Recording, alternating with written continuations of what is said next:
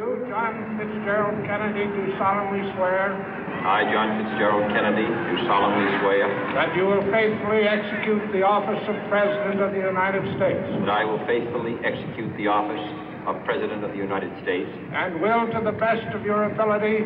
And will, to the best of my ability. Preserve, protect, and defend the Constitution of the United States. Preserve, protect, and defend the Constitution of the United States. So help you God. So help me God.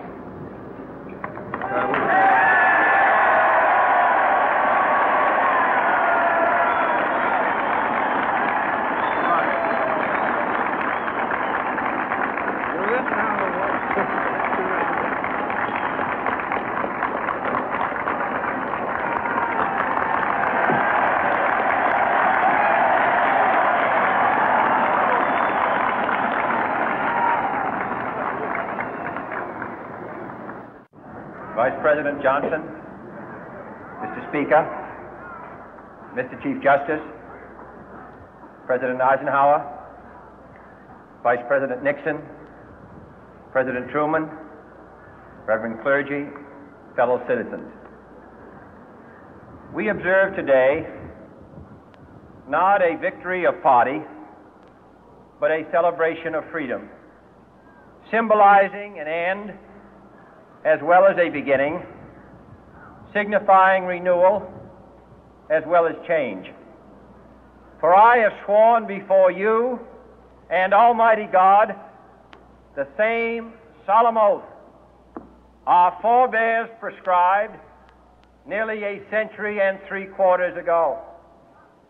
The world is very different now, for man holds in his mortal hands the power to abolish all forms of human poverty and all forms of human life. And yet the same revolutionary beliefs for which our forebears fought are still at issue around the globe. The belief that the rights of man come not from the generosity of the state, but from the hand of God. We dare not forget today that we are the heirs of that first revolution.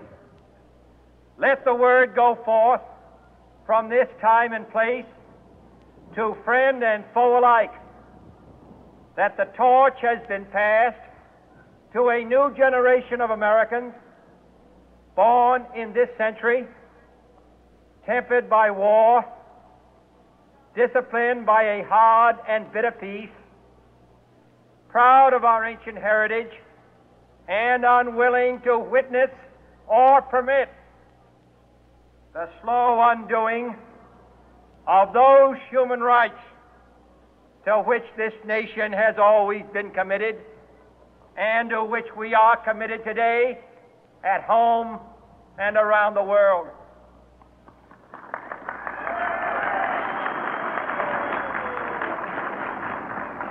Let every nation know, whether it wishes us well or ill, that we shall pay any price, bear any burden, meet any hardship, support any friend, oppose any foe to assure the survival and the success of liberty.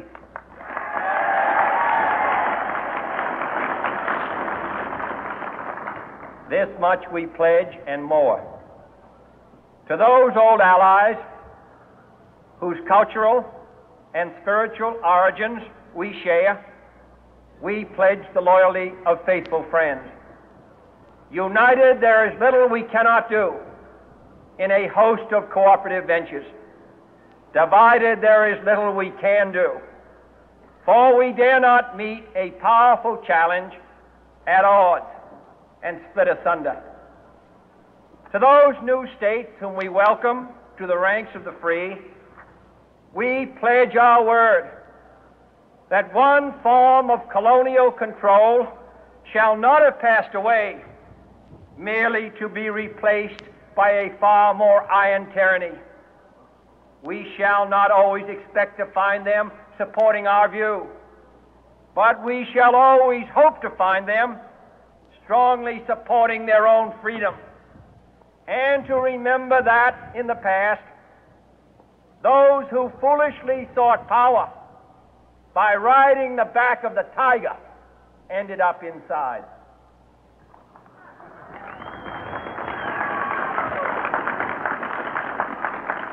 To those people in the huts and villages of half the globe struggling to break the bonds of mass misery, we pledge our best efforts to help them help themselves for whatever period is required, not because the communists may be doing it, not because we seek their votes, but because it is right. If a free society cannot help the many who are poor, it cannot save the few who are rich.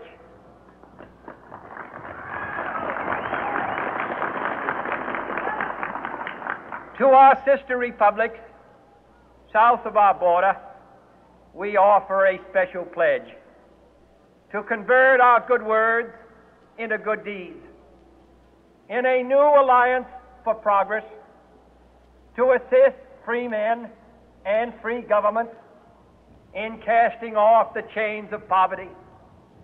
But this peaceful revolution of hope cannot become the prey of hostile powers. Let all our neighbors know that we shall join with them to oppose aggression or subversion anywhere in the Americas. And let every other power know that this hemisphere intends to remain the master of its own house.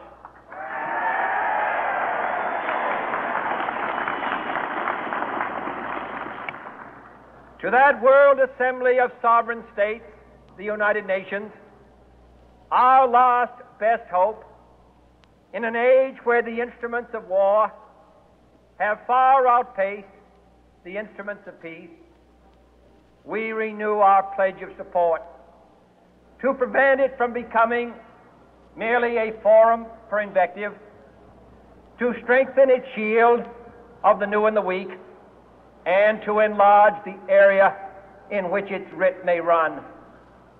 Finally, to those nations who would make themselves our adversary, we offer not a pledge, but a request that both sides begin anew the quest for peace.